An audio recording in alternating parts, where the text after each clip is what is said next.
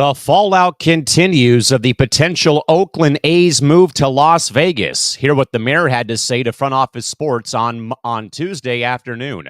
ESPN, Fox, and Warner Brothers Discovery Sports on one platform. Are the streaming wars finally coming to an end? Rick Pitino talks about a potential college basketball salary cap. And what is the future of golf as both LIV and the PGA Tour get their seasons underway within the last couple of weeks? That and more on Press Row right now.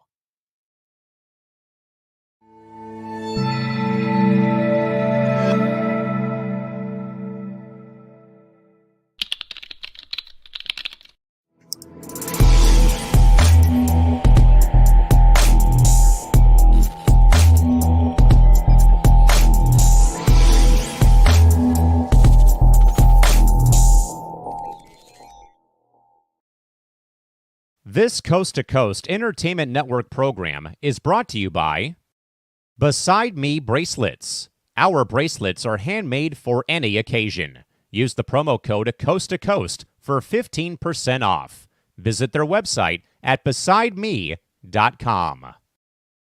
Suzanne's Paparazzi Jewelry. With 24-hour shopping available, use the code 160920 and show her some love, like she showed us. Reaper Apparel Company, a commitment to live your most authentic way every single day. Visit reaperapparelco.com for more information and a look at all of their apparel offerings. And by Good Day Embroidery, your local source for custom embroidery, screen printing, and more. Log on to gooddayembroidery.com for more information.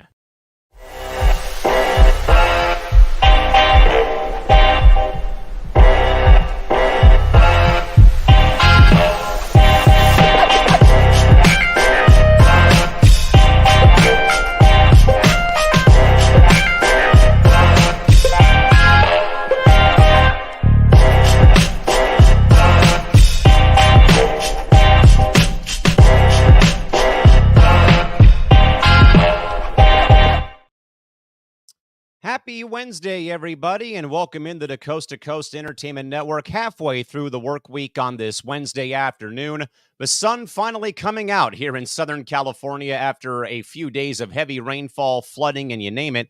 Callan McClurg, yours truly, back with you here from our home studio in San Diego, getting our program of Press Row off the ground and running for this Wednesday afternoon, February 7th, 2024. Getting ever so closer to the big game on Sunday. But, of course, folks, we're talking some baseball, some streaming deals, a potential college basketball salary cap, and the long-term future for sustainment for the world of golf today. But, of course, folks, we invite your input, questions, comments, or concerns, good, bad, ugly, or indifferent opinions here, and we'll get to all those throughout the course of our program here today. With that, folks, in mind, let's get to our big board of topics for this February 7th episode of Press Row, our potential final show for this week due to some ongoing factors with some stuff to take care of over the next couple of days here for the week. With that, the big board opens up, folks, with the ongoing elephant in the room and the ongoing saga of the Oakland Athletics potentially going to Las Vegas has hit another fork in the road, courtesy of the city mayor of Las Vegas, Callan McClurg, who appeared on the Front Office Sports podcast on Tuesday, who came out and bluntly opposed the proposed Oakland A's stadium in her city, suggesting that the A's should try to stay put in Oakland, California.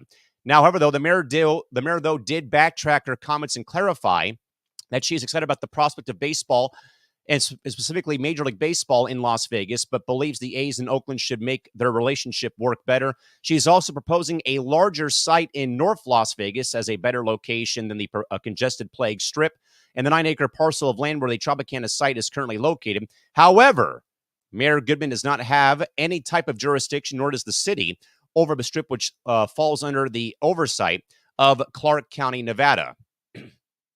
Plans right now to put the $380 million of public funding and financing towards the Vegas project are also being challenged legally as well at this stage. We need to first say hello to our good man, Brandon Herrera, joining us from the Twin Cities on this Wednesday afternoon. Big B, thanks for being here, my man, and good to see you.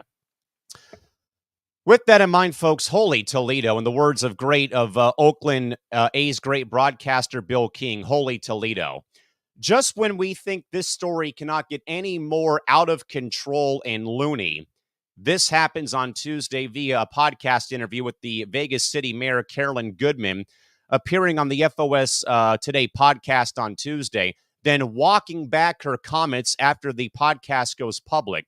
Now, again, folks, to reiterate here once more, the mayor of the city of Las Vegas, Carolyn Goodman, came out on Tuesday and bluntly opposed the proposed project by the A's in her city. And she wants the A's to try to stay in Oakland, California. Now, again, she did backtrack these comments via a long sustained social media statement put out by her account on X and on Facebook, clarifying that she's excited about MLB coming to Las Vegas, but believes that the A's in Oakland should work to make their relationship work out better. She also is proposing a different site, larger in footprint, north of the city of Las Vegas, as opposed to the current location of the Tropicana site, which is only 9 acres of land. But again, she has no standing ground, nor does the city of Las Vegas. They have no jurisdiction over what happens on the Strip, which falls underneath the oversight of the Clark County, where, again, Vegas is located. And there's also the ongoing plans right now to put the public financing, the $380 million, towards the project on the ballot come this November. Again, folks, as if this story can get any more out of control and ludicrous. And I thought it was actually pretty interesting that a Las Vegas Twitter account today, maybe even yesterday, put out this, and I happen to agree. For any baseball fan in Oakland, or any fan like myself who does not want to see this ball club leave Oakland, that ship has sailed down the river. And it's way out to port and way out away from land. Just because the mayor says this, that does not mean that the A's are not going to be staying in Oakland or that they're going to go back to town. I, though, folks, am just getting totally lost here now. And I believe, and a lot of this, and I think we all agree here, I don't blame Mayor Goodman for the remarks about stay put or go north of the city. But I think that blame here can be cast so many different ways. Top of the list, though, of course, is John J. Fisher and the Athletics. For how they have single-handedly wrecked this ball club so badly, deprived a very loyal fan base in Oakland, California, of winning baseball over the past several years because of the budget not being there, the Moneyball philosophy that has been so outdated for 2 decades. Then I kind of, in a way, also wonder about if Vegas even wants the Athletics in general. Because I believe that some of the remarks made, though, by the mayor, though, I actually agreed with. Can you come into town and overtake the Vegas Golden Knights? I know I have said that, folks, so many times on this podcast when we've talked about sports going to Vegas. But at the same time, though, now this just becomes much more of an ongoing chaotic PR nightmare. It doesn't help about the radio sounds from John J. Fisher. I think I do applaud, though, hearing from Vegas city officials in the mayor's office about what's going on. But, though, to suggest that the Athletics try to repair the relationship with the city of Oakland, hate to say it, Mayor Goodman, but that ship has sailed. Again, it's like I said, though, earlier on this year, when the new year rolled around, though. This is a ugly divorce. Why would either team involved here, the Athletics and the city, though I know that the mayor did come out, I believe, yesterday or earlier today saying, yes, 100%, my door is open to resume talks with this ball club to keep this club rooted in Oakland. But again, though, it's that very weird, like, divorce, relationship breakup. Would you want to keep your spouse, your divorce partner, in your life when you have already signed off the divorce papers? Again, let's keep in mind here, too, all 30 major league owners, or the 29 owners other than the A's, have signed on the dotted line. We approve this team to move out of their market to go to Las Vegas.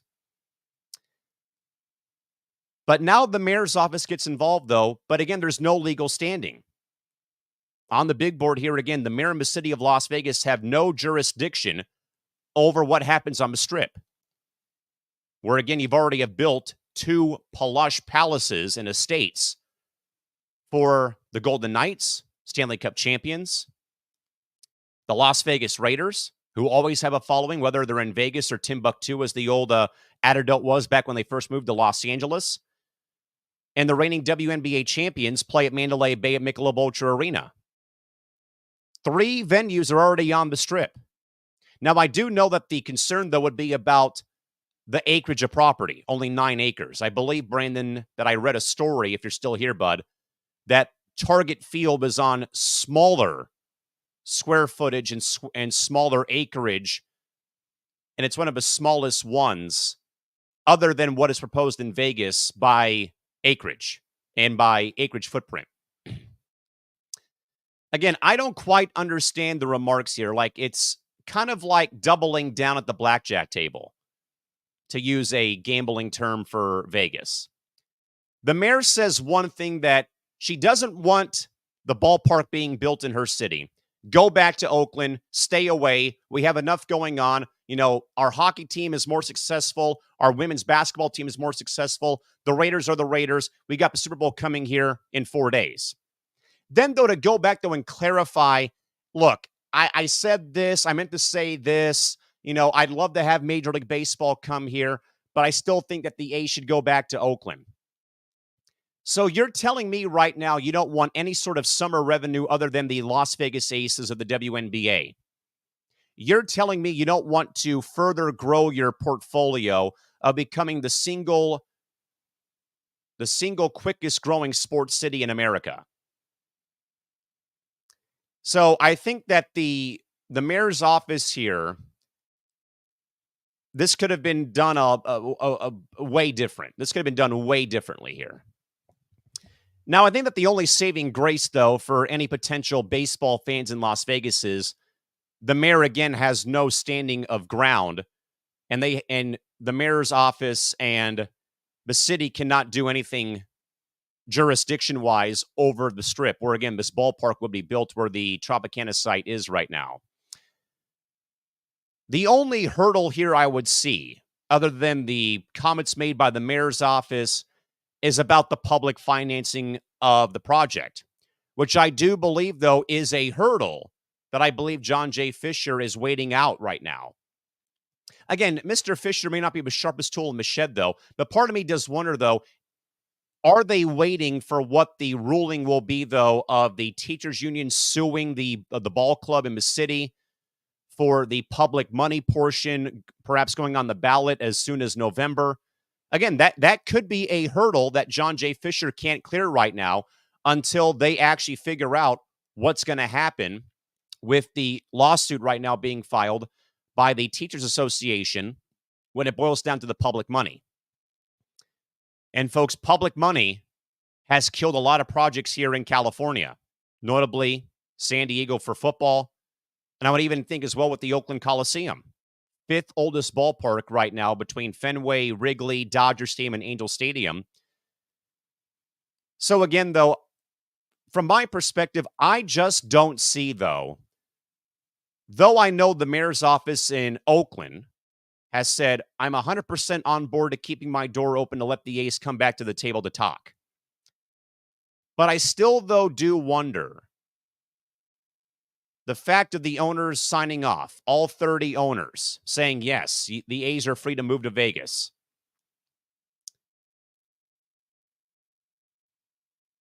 Again, it's that very weird paradox of you just got divorced, but you still want to have your divorce partner living underneath your roof.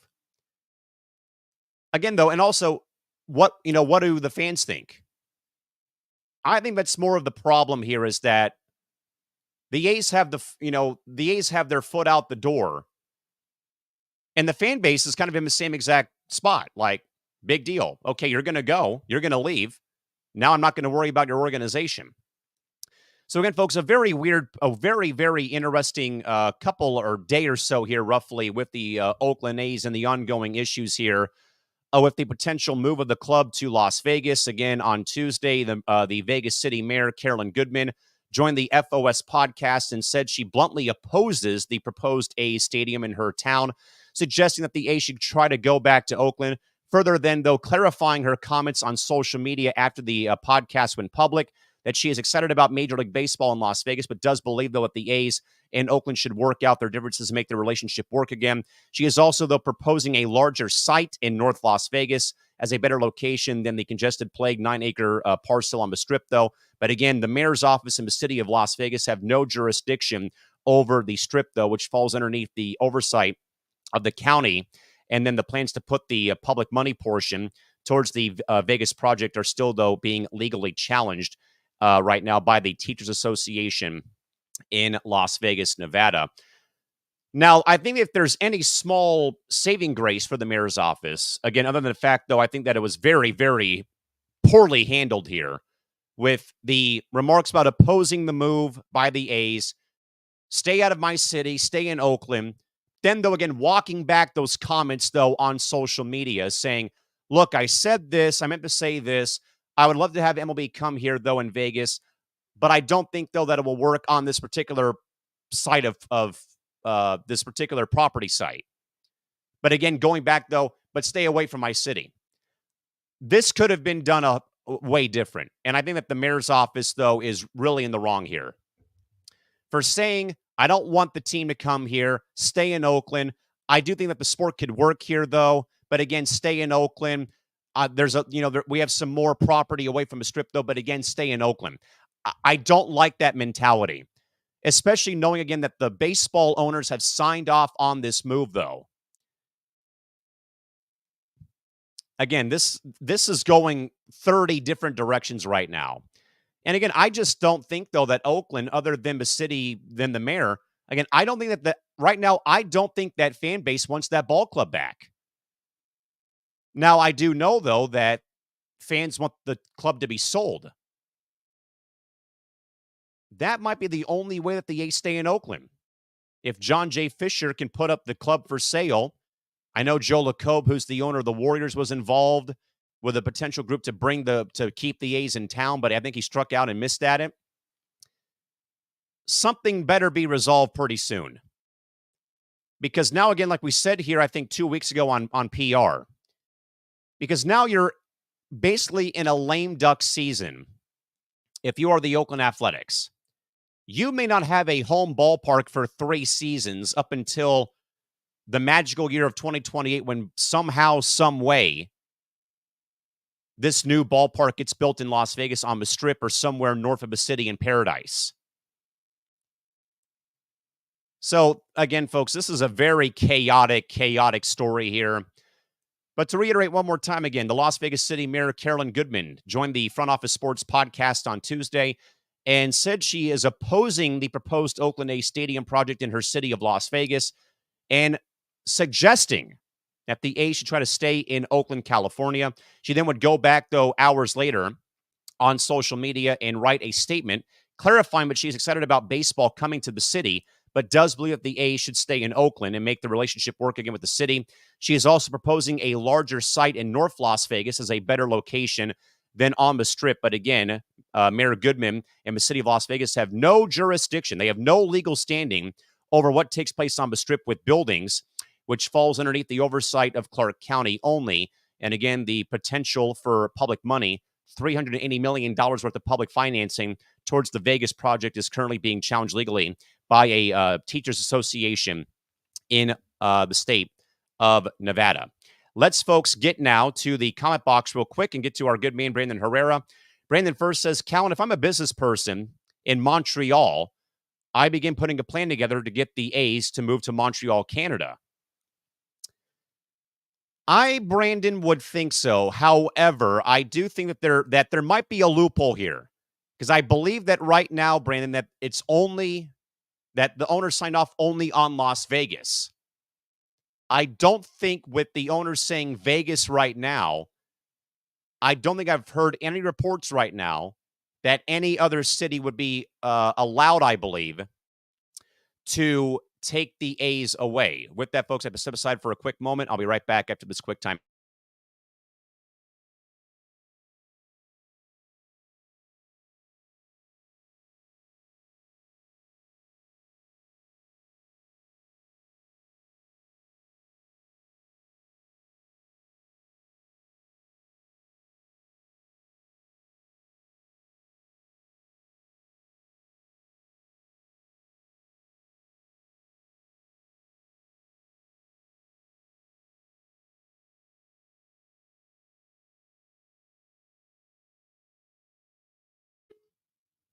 Coughing attacks are no fun. Let's just put it that way.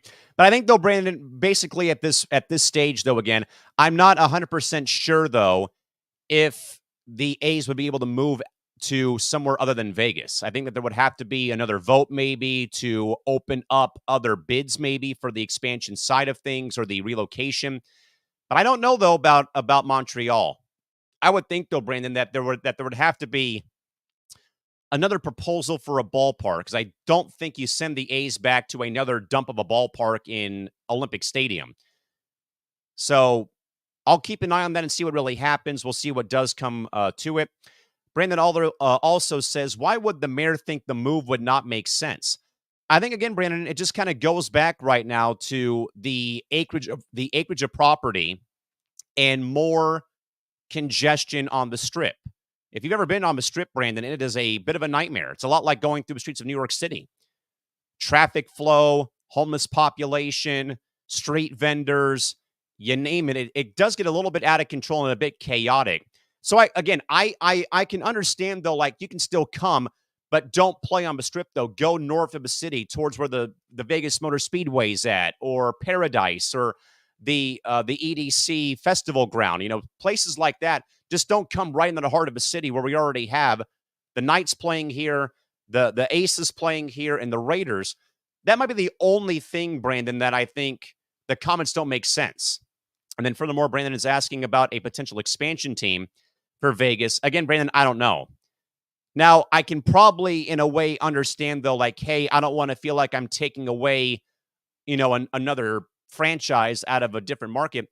Hell, you already did that with the Raiders going to Vegas. So this would be nothing new if a team from Oakland moves out of their city up there to come to Las Vegas. I can, though, Brandon, again, understand, though, like, hey, we want to have our own identity, like the Golden Knights and the Aces. But again, they've even moved 2 different times in their franchise history, from Salt Lake City and from San Antonio. So again, I don't quite understand, though, again, Brandon, like I said, I don't get the comments. The comments to me make absolutely zero sense. Like, coming out first and foremost and saying, I'm against this, stay in Oakland.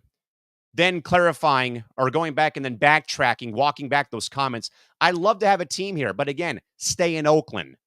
Again, I just don't understand what came out of the mayor's office on Tuesday. It's a very puzzling ordeal. And Brandon also says the target field is built on 8.5 acres. What's another half acre going to do for Vegas? Come on now. Brandon also further says, is Dave Stewart part of a group looking to bring a team to Nashville? Maybe that group could buy the team and keep them in Oakland. Even then, Brandon, I would still think, though, that he might move that club to Nashville if they get their ballpark project up and running pretty soon. Again, Big B, this is a very, very chaotic nightmare right now, that it's just been so hard, I think, to really grasp what has gone on over the past several weeks, ever since that there was the talk of there being no renderings. Now, again, I'm not in no way, shape, form, or size here am I defending John J. Fisher. He in a way, Brandon, is a lot like Dean Spanos in my mind. Intentionally, like, in a way, wrecking the organization, not being transparent with the media. But again, the last bullet point, though, on the big board here, again, Big B, was talking about where we're at right now, that that right now at this rate, that there are plans to put the public money portion of this project onto the ballot in November, due to the Teachers Association suing the ball club in the city over what's going on. That I believe that last bullet point might be the only saving grace for John J. Fisher, or maybe in a way is his defense argument. Look, I can't do anything right now with renderings because the public money portion of my project is under scrutiny, and it's currently in court right now. But again, I don't know, Brandon, and I agree, though, that this ongoing issue is a nightmare, just like one of our other co-hosts on this network. And you know what, Brandon? This is a nightmare. This reminds me so much, though, about the Chargers leaving San Diego. And I know I said a lot of blasphemous things on Monday about what's been going on, or what had gone on, when I talked about the commissioner's office and the State of the League address for the NFL. But again, Brandon, this sort of stuff, though, is just nightmare fuel. And I think it's becoming more and more nightmare fuel for the fact, though, of, does Oakland really want this team back after they have, in a way, divorced this partner out of their life? Do you really want him back? And then Vegas doesn't even sound like now that they want the team. So again, this becomes a very, very interesting next couple of seasons, and more so a very interesting season for the A's. Again, like I said, though, it's a lame duck year, though, because after 2024, where are you going? As much as I want to believe the mayor's office is on board for, like, yeah, we'll negotiate with you again. But then I think about that fan base. Do the fans even want the ball club back? I know I want to see them stay because, like I said, though, I have sympathy for people out there who lose their sports teams because of greed and jealousy and, no stadium being built, though. And they look for greener pastures, knowing that they will not succeed more than likely when they move to that new market. Chargers, for example. With that, though, in mind, let's move on, folks, into a big story that broke yesterday. ESPN, Warner Bros. Discovery, and the Fox Corporation have announced their intention to merge and build and launch a shared streaming platform service accessible for Disney Plus, Hulu, and Max subscribers. The platform will launch sometime later this year, with each of the company owning a third of it. The move is also expected to help ESPN, which has been undergoing cost-cutting measures and could be a significant development for those considering cutting the cord from cable. Also, the NBA is also negotiating their next round of media right deals, and the move comes at a time when sports media right prices are increasing steadfastly. Real quick, Brandon goes back about the A's. He says, fans, I feel like, want them to stay, but they want a team to go watch. And I think, though, Brandon, John J. Fisher selling the ball club has to be an option now before we get back on track here. I'll tell you this much, Brandon, and it's been talked about here in San Diego forever. If the Chargers ever came back to San Diego under new ownership, this city would be right back supporting the Chargers in the NFL, myself included. I feel like, Brandon, if the A's get sold to a group in the Bay Area like Joe LaCobe or Dave Stewart's group, and they keep the team in Oakland, that fan base gets right back on board supporting the ball club. But if it's John J. Fisher still owning the A's after this season, and then they go to Vegas or they do something else, that fan base has every right, in my opinion, like San Diego football fans, to not give a flying crap about that team in that league. It's simple as that. But with that, folks, we'll get back on track here real quick. Again, the great rebundle again, ESPN, Warner Bros. Discovery, and Fox Core launching a shared sports streaming platform accessible for Disney Plus, Hulu, and Max members, which will set to be going live later this year, with each company owning a third of it. The move again is expected to help ESPN out, which has been undergoing cost-cutting measures and could also significantly develop those. Considering cutting the cord, and will also perhaps help out the NBA. In a day and age, folks, where we have talked so much about NFL playoff games being on Peacock as one-offs, Peacock now having media deals with the Big Ten Conference for basketball and for football. This, though, right here, I think, is a absolute game changer for ESPN Plus, for Max, for Bleacher Report, Fox Sports, that this might actually, in a way, really, I think, change how people will watch sporting events live very soon. And I believe, though, that as we have seen, folks, I just think about WWE signing that billion-dollar, like multi-billion-dollar deal with Netflix to now become the new platform home for Raw, NXT, and SmackDown after this year concludes, after a very great run, though, on USA and Fox. That I believe now, folks, that I believe that Netflix, and that more so actually Amazon, laid the foundation for streaming services to pick up leagues and games. And honestly, at this rate, I am all for this. Because I believe that people like myself and my parents who still pay for a cable subscription are getting fed up with paying that cable bill every month, $250, $300 because of, well, movies are on these platforms, sports are on these platforms. But now with how Apple TV, Amazon, uh, ESPN Plus, and how Max have all really, I think, begun to change the way that we consume sports content. This is the way it's going to be over the next decade, if not longer. And this becomes the future of watching sports live on your television is via a streaming platform. Peacock having deals in with the Big Ten, having deals with the WWE for their pay-per-view events. Netflix and the WWE agreeing to that, like, I think, Brandon, it was what, a $5 billion contract for Raw, NXT, and SmackDown to be aired on Netflix. Netflix also getting involved with sports documentary series. I believe that they also announced today on Tuesday they're going to be doing 2 documentaries about the Boston Red Sox, including one about their 04 season where they overcame the 03 deficit against the Yankees and won the World Series to break the curse of the Bambino.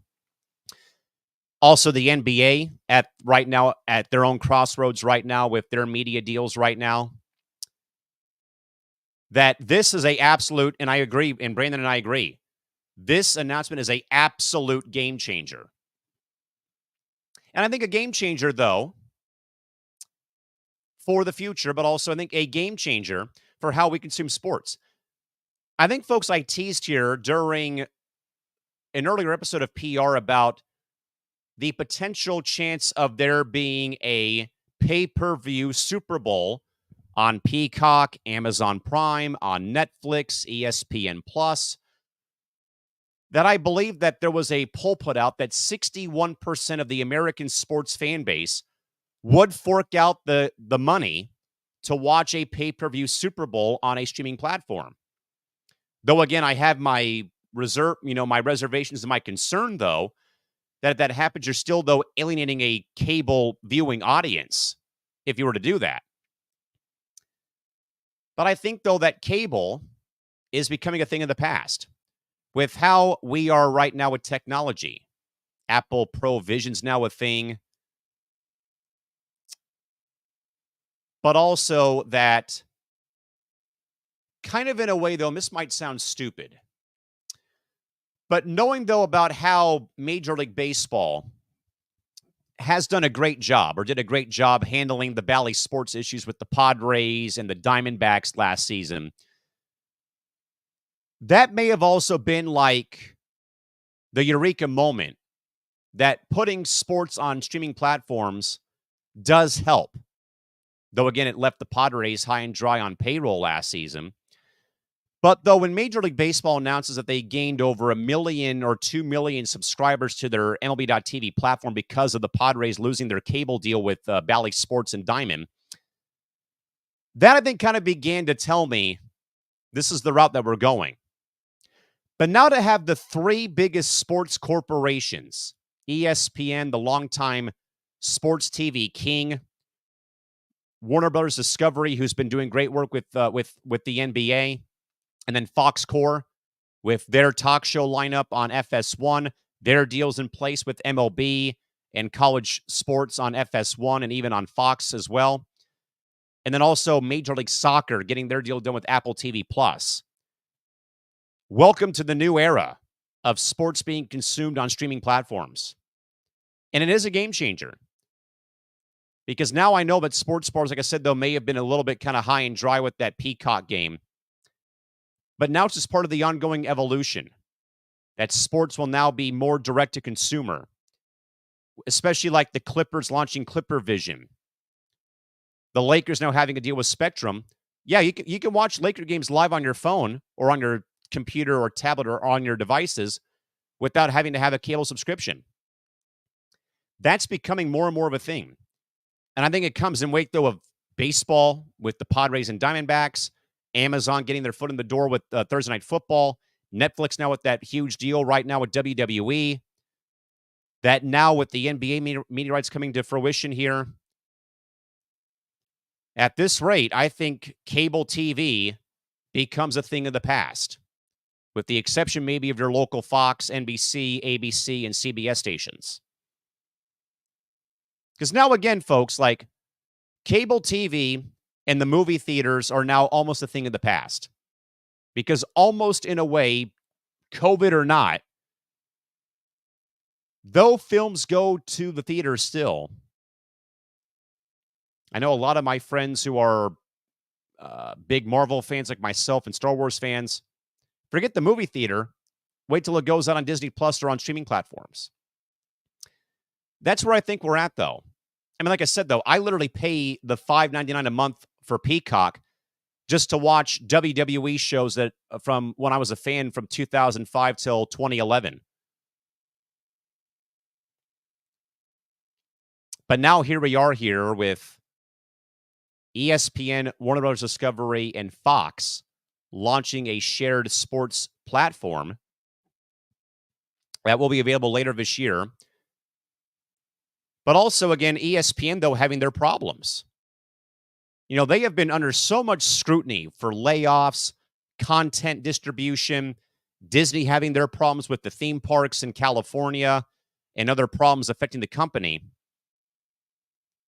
But also as well, though, again, that the NBA is going to be getting a pretty big deal here. And also knowing, though, that Turner has already launched, though, with Max and Bleacher Report. And the fact that my family already has Disney Plus and ESPN Plus. And this is an absolute game changer. And I believe, though, this is like ushering in a new era of how sports fans will consume content and consume their favorite shows like NFL Live, Around the Horn, PTI, The Herd. All this is going to be done in a very different way, though. And honestly, I'm very excited about this. Because like I said, though, me and my parents are a la carte TV viewers. You know, we have cable, but then we have streaming platforms, ESPN Plus, Hulu, Disney Plus, Epix, Peacock, Netflix. We have all those at our disposal, mainly for my niece and nephew and for myself when I want to be up late or when I'm up late watching stuff, when I'm doing stuff for work and it's background noise. But this is certainly ushering in a new era that I believe, though, will help further grow the footprint. Like baseball said, though, well, hey, we gained like 2 million subscribers in San Diego after Bally went off the air with the Padres. So again, this is, I think, a great move here. And the fact that 3 of the biggest sports companies out there, ESPN, Warner Brothers, Fox, all have a hand in this, though, is going to be great. Again, it will launch sometime later this year. Each company, ESPN, WBD, and Fox will own a third of the company. But I also view it, though, it seems like, though, as a safety net and a life preserver and a lifesaver being thrown the way of ESPN. They have been so budget hungry of keeping the costs low and also would help those trying to cut the cord finally. But also, again, they'll like the NBA media rights coming up at the end of this season. And the move will come, though, at a time when sports media right prices are still increasing. Again, I think that poll, though, that was done, though, that 61% of American sports fans said, I'm on board if I have to pay to watch the Super Bowl on Peacock or on ESPN Plus or on this new platform that will be launching later in the year. I would even think that the CFP goes there pretty soon.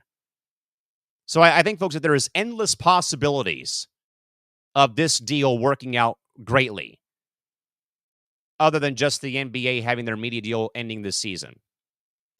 And also, Brandon says, hey, C2C needs to get in on some of these deals. I mean, I think we have a deal already with like Amazon's, with the Fire Stick, I believe, and I believe one other platform, Brandon, but definitely, yeah, we should be included on one of these pretty soon. If there was like a sports podcast network like this, you know, I mean, that would have been amazing, but, you know, hey, what do I know?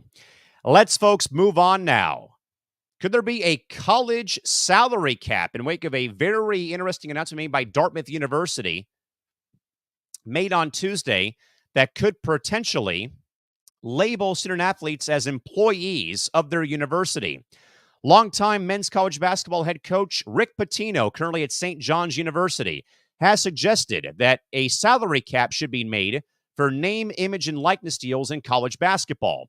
Coach Pitino has proposed that the commissioners of all Power Five schools plus the Big East Conference create a salary cap between $1.5 and $2 million for all NIL deals. Coach also suggested that each conference could come up with their own salary cap and would not exclude teams from March Madness. Rick's proposal is in line with what anonymous coaches suggested last year and is aimed at regulating NIL deals that are rivaling those of professional athletes. Yes, folks, I know that Rick Pitino has his reputation.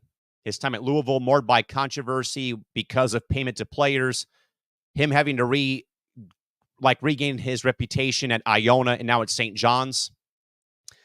However, though, I do know that NILs have been a very big talking point and breaking point for Brandon and Tim Hendricks and other members of our C2C audience and our host team here when it boils down to college football and college athletics in general. However, I am absolutely, I think, on board with this with Coach Pitino. That, like I've said, folks, the portal for transferring has become de facto free agency. Let's just put that out there again. And I know Brandon is not a fan whatsoever, to his credit again, with his opinion, that NILs have ruined college athletics. However, though, I would definitely be on board if this system was across all of college athletics, not just college basketball. Again, Rick Pitino is proposing a salary cap for NIL deals in college basketball. Rick has proposed that the commissioners of all Power Five schools, plus the Big East Conference, which is in a way the SEC of men's hoops, create a salary cap between $1.5 and $2 million for all deals for NIL.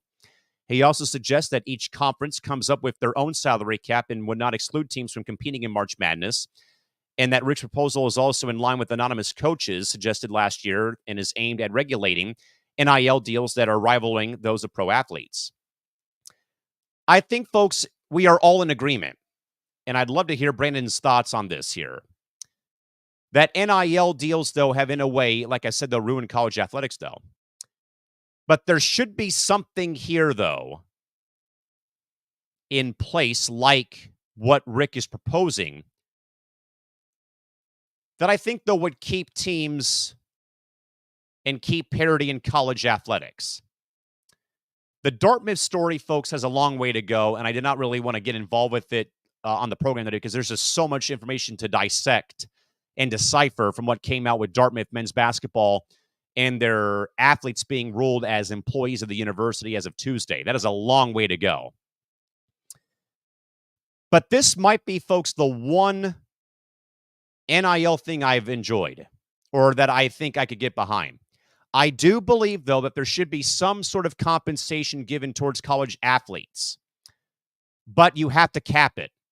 Or in Brennan's case, you tie it into their scholarship.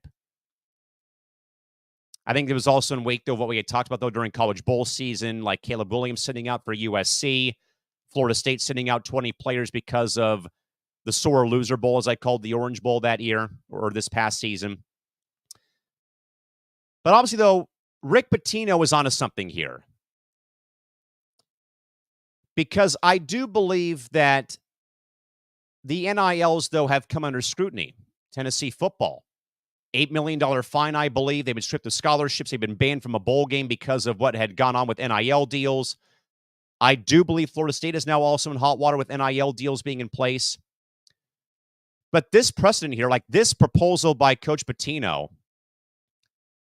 I believe I'm on board for because, and not necessarily about like limiting the amount of money that could be made by an athlete, but I believe, though, it's to help with parity when it comes to college basketball.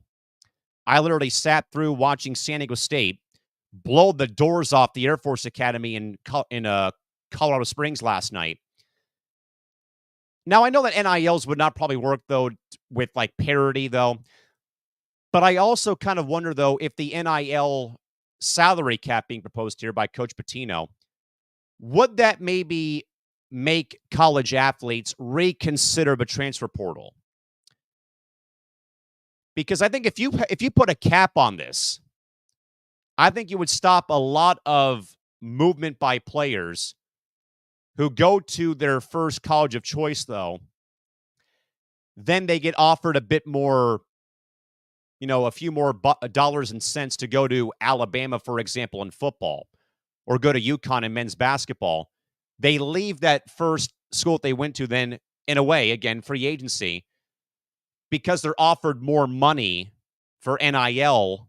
They go to that bigger, better program in college football or college basketball. I would love to see a framework like this, though, for every college sport out there. And I think mainly in college football and college basketball. Because I believe that the past college football bowl season, with Caleb Williams sitting out the Holiday Bowl in San Diego, Florida State having their woes with the 20 players sitting out, then Tennessee getting popped over the offseason for breaching NIL violations. I think they got fined. They also, I think, got a ban from a bowl game. They also are losing scholarships. Florida State, I believe, also got popped as well. I am absolutely on board for this, because I really believe, folks, that NIL deals and the portal are the two leading causes of why college athletics has been suffering a great deal recently. Again, though, I do believe, though, that college athletes should at least get some money sent their way because of them paying the tuition.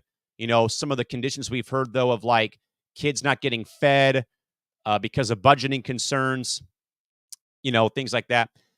This framework is a perfect starting point where I believe every conference out there across college football and basketball, that there should be a cap, though, because again, though, I just think, though, if you have a very great player playing at a mid-major university, like, for example, the University of San Diego,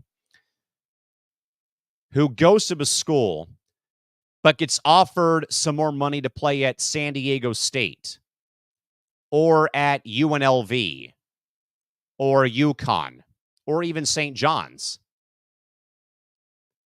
that a bigger name university in college basketball like UConn, for example, or Purdue or Houston, can poach away a budding star at a lesser-known university for more dollars and cents on the bill for NIL. The salary cap idea has to, I think, be the top priority of college athletics right now, because parity is a thing that I know is lacking a great deal in certain college sports programs. Football, basketball, maybe even other sports like softball and baseball. And also part of me wonders, though, too, again, about like the budgeting concerns. Notably out here in SoCal, LMU, the Logan Marymount University, did have to cut 6 programs because of budgeting shortfall, sadly. And all 6 of those programs would be dubbed the non-revenue generating sports that, again, a lot of people out there kind of in a way look the other way at. But again, folks, Rick Pitino, longtime college basketball head coach, currently at St. John's University, has come up with a plan for a salary cap for NIL deals in college hoops.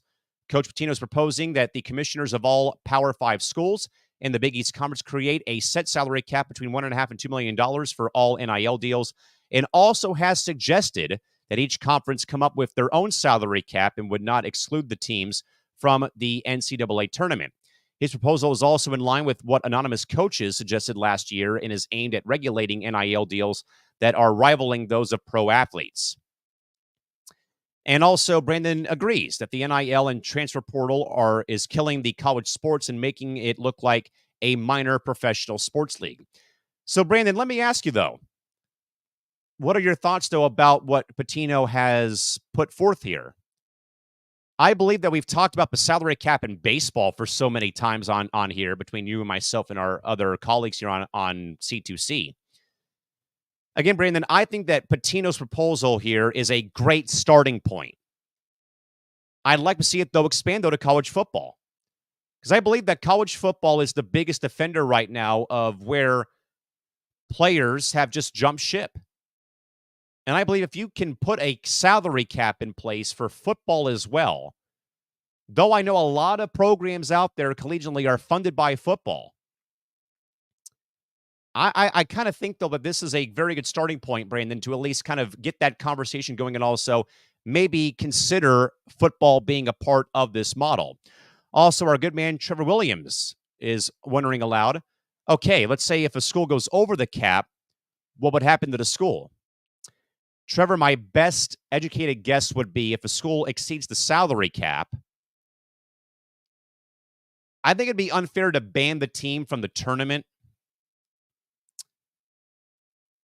I kind of wonder, Trevor, about maybe they pull off scholarships. There might be like a warning given, perhaps, or there might be some sanctions against the program, like they already do. I think, Trevor, they would probably keep what's currently in place, like sanctions, maybe a ban on March Madness or the bowl game. That I think that they would want to keep the current framework of what they have for penalties in place right now with like recruiting tactics and stuff like that. But I think that it would probably have to be like a general warning first, honestly. Then you begin going like scholarships get stripped, you're banned from March Madness, you're banned from college football bowl season. That might be the only penalty I could really think of right now. And Brandon does agree. The cap might work in his mind. And I think, Brandon, it will. I just want to see college football get on board for this, though. Because I do believe that college football, Brandon, is the biggest offender right now of NIL deals being in place and of the transfer portal.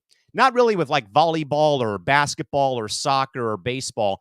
I mainly think, though, that football has been the one that's been hit hardest the most right now by NILs and by the portal being open. And again, it goes back to my point, though, too. The portal cannot be open while your season is going on, which is also, I think, Brandon, what killed the college football bowl season, because so many teams had guys who were in the portal. Like I believe Oregon State and Notre Dame had like 20 players combined in the portal when they played their bowl game in El Paso. Florida State, 20 players sat out because they were all in the portal because of them not making the CFP. So I really want, though, like a college football coach now to come out and say, hey, I back Coach Pitino. I want this now in college football.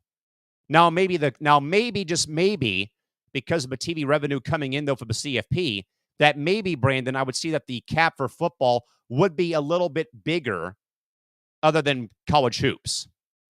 I would think like maybe $4 million would be the cap, maybe more. But I do think, though, Brandon, the salary cap idea would work. And Brandon Ferber says that the portal should only be a choice if a coach. Again, Brandon, I would agree, but I will slightly disagree, though, that there are other factors out there that I will not get further in depth with, though, but I know there are other factors that have come up, though. I know it's probably like, well, beat out the competition. I get that, but we're also, though, again, Brandon, in this new day and age, though, where you kind of have to look out for yourself more often. And if you can make perhaps more money with NIL, or maybe have a better situation with coaches, with the city, maybe even, then I think that's where you probably jump ship, though. But I do think, though, Brandon, the portal cannot be open, though, while the season's in progress. Because, again, I think that this past bowl season for football was the benchmark, or like the, point the finger at, and like, this killed this past season. Well, you literally, again, have kids who are already in the portal while the college football season is still going on. Like I said, you can keep the portal open until game one of the regular season. After game one of the regular season, that portal is closed and shut and locked until 12:01 a.m. the day after the final game of the season, when you crown your national champion. Simple as that. With that, folks, one final story on the board today. Golf's long-term future continues to be clouded. The PGA Tour's ongoing negotiations with the Saudi Arabia-backed Public Investment Fund and LIV have been called into question following the Tour's investment deal with SSG, which is co-owned by the Fenway Sports Group, who owns the Boston Red Sox and the Pittsburgh Penguins. Some players believe the PIF deal is unnecessary due to the SSG agreement, which provides significant cash flow infusion and also intellectual capital. Additionally, many players on the tour are already set to become equity participants in the newly formed PGA Tour enterprises. There's also ongoing distrust right now among some golfers towards their LIV counterparts, and it's also unclear what role the PIF would play in the operation of the PGA Tour or enterprises, or if the investment would survive U.S. government regulatory approval processes. And Brandon does agree with me, though, that the portal needs a time frame. Again, the portal can be open, Brandon, up until the first day of the season. After that, that portal is closed. It's shut. It's set. It's closed, locked, and shut until 12:01 a.m. the day after the final game of the season when you crown your national champion. But folks, in golf, though, this has been more of a polarizing topic with soccer. As of Monday, Kylian Mbappe, French superstar for soccer, I believe wanted out of his deal in Saudi Arabia. More and more soccer players who have gone to play in the Saudi Arabian-backed league for the blood money, as it's been called, have all wanted out. The environment, the money is one thing. But again, folks, this whole mess with golf, though, continues to be an absolute dumpster fire. And again, I think it just reminds us too much, though, of other leagues who have tried their hardest so damn much to try to dethrone the leagues like the NFL, like the NBA, like the NHL. Again, just thinking back of like AFL, NFL, the NHL and the WHA, the NBA and the ABA, the WWE and WCW. But I think, though, it's so petty to me, though, so petty, that there is still distrust among players from one league of golf against the other. You know, I know that there's been a lot of fallout here recently, folks, about the ongoing issues plaguing golf right now. But this has to be resolved sooner than later. You know, I just don't quite understand, though, where the PGA is coming from, where LIV is coming from, and where both of these leagues, though, are in this very, petty, stuck-up, totally ignorant civil war with golf right now. You know, I just don't quite get, though, why these players all of a sudden, again, this just feels like it's a very great wrestling promo. Again, you got PGA Tour golfers as the faces, and you have the LIV guys as the heel because they're taking money from Saudi Arabia.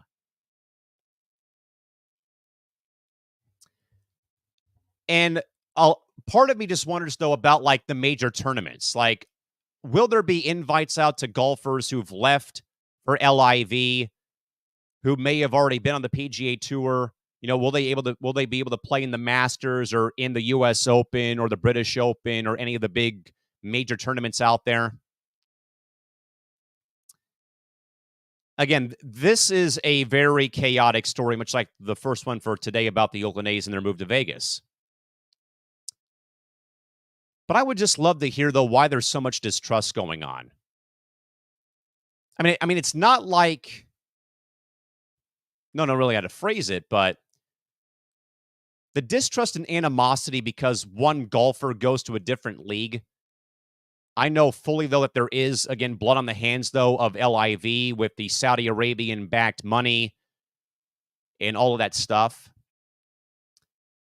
But it does, though, feel like, folks, that this is being a very slow, dragged-out process for golf.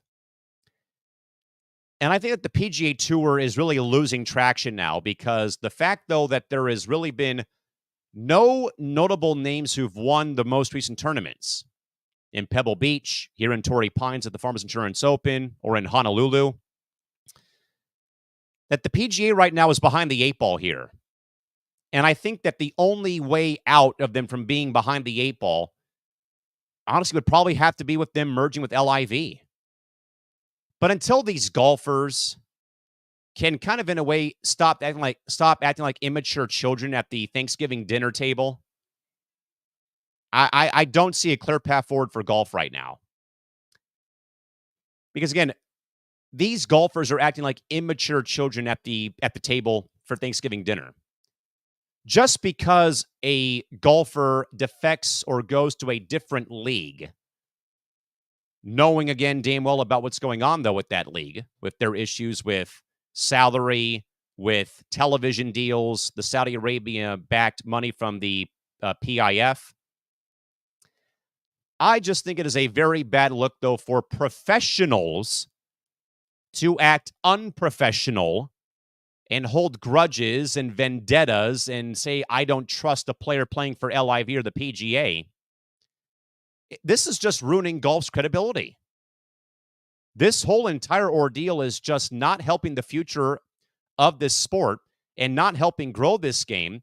And again, it makes these stuck-up, immature children at the Thanksgiving dinner table look just like that. Well, I can't trust them. They play for LIV. I can't trust them. They play for the PGA Tour. I just don't see a clear path forward here for either side here. And that golf's long-term health is on life support. Because I mainly just go back to the fact that tour players in the PGA have distrust towards their counterparts who were one-time teammates of theirs on the PGA Tour. Again, it just feels like this is that pro wrestling angle. We're viewing PGA Tours as the faces or the good guys here. We're viewing LIV as the heels because they're taking blood money from the PIF and Saudi Arabia's government.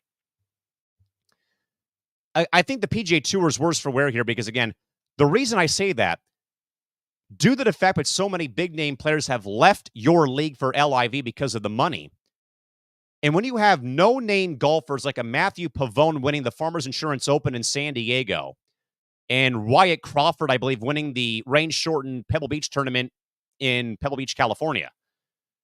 When you have no brand-name golfers, John Rahm, Justin Rose, Dustin Johnson, Rory McIlroy, when you have no superstar names winning PGA tournaments, then you exclude those big-name golfers who were one-time part of your stable in golf, not letting them come back for the Masters, the U.S. Open, the British Open even, because of this wedge between PGA and LIV. And again, this very silly distrust among golfers. Again, professional golfers, professional athletes acting like immature children at the Thanksgiving dinner table. This is really hurting golf's long-term future and their credibility. I think it further hurts the PGA mainly when unnamed golfers, Pavone, Crawford, guys no one's heard of win tournaments in San Diego and in Pebble Beach. I really think that the lack of star power is going to hurt the PGA Tour going forward. And that something has to be done to merge these two equities together or to have these golfers in these leagues stop acting like immature children. Because it's making a professional sports league look comical and silly and utterly stupid. And again, I don't know what the best path forward is here for golf. I don't know if it is the merger. If they merge, that could really be, I think, become very big, adding fuel to the fire. If the LIV and PGA merge, there's been disparities about what kind of format they want to play because LIV has their philosophy on how it should be played and PGA has their philosophy. But again, there's no clear path forward here. There's no clear path forward here, and it makes just, again, zero sense to me that we are stuck right now in a WWE, WCW style civil war for a professional sports entity. Because in the end, I feel like, though, that the PGA is going to win out because of the proven track record that the AFL cannot dethrone the NFL. The WHA was nowhere close to dethrowing the NHL. The ABA never topped the NBA. It just feels to be the same exact way. Yeah, WCW was close to dethroning WWF. Still never happened. So it's simple as this. Put aside your checking account. Put aside your ego, PGA and LIV. Put aside your differences and stop acting like a bunch of immature children at the Thanksgiving dinner table and come to some sort of agreement to save golf. Because you are utterly embarrassing yourself, your brand name, your image, and ruining careers of golfers out here because of what they've been calling distrust among players on the PGA Tour, animosity, child's play here between PGA and LIV. So, folks, we'll see what transpires here. But again, very just rough couple of months here for PGA Tour and for golf in general. Again, I do think though, while it's great that we have like unproven golfers winning tournaments in San Diego or at Pebble Beach, the lack of star talent because of the fact though of, well, half of our roster's gone to LIV. Something needs to be done where you are able to put aside the cash flow, put aside your ego, and come to the table and talk like mature adults, not immature 7-year-olds at the Thanksgiving dinner table. Figure something out and keep golf afloat and stop acting like that group of immature kids who are sitting around the table on Thanksgiving evening having dinner. Because all it's doing is that it's embarrassing golf and embarrassing a major sports entity. Because money's getting in the way, egos are getting in the way, a very like wrestling style rivalry is come to the fruition here. It's right now very embarrassing times right now for golf at this rate. With that, folks, we will come back at you later tonight for Sports Minute on this Wednesday. I will not, though, be a part of the program tonight due to a work event this evening that I will be attending as here this evening. We are also, folks, working on our next program. It could be Friday or Monday. There's just some stuff on the radar right now that might have to come to fruition for me away from the network. But, of course, folks, a major thank you to both Trevor Williams and Brandon Herrera, and also as well to those of you who viewed us today. We'll see you again back here, folks, once more, either on Friday or on Monday next week. We'll keep you posted on that. And again, if you missed today's program, folks, we will have our press clippings for you on our C2C IG account. And again, folks, please continue to keep watching C2C. Again, send us some stars our way as well as you can while you watch our program live on the air. And also subscribe to us on YouTube and follow us on Facebook and also on Instagram. With that, folks, Callan McClurg saying good day from San Diego. Till next time, have a good one. Bye-bye.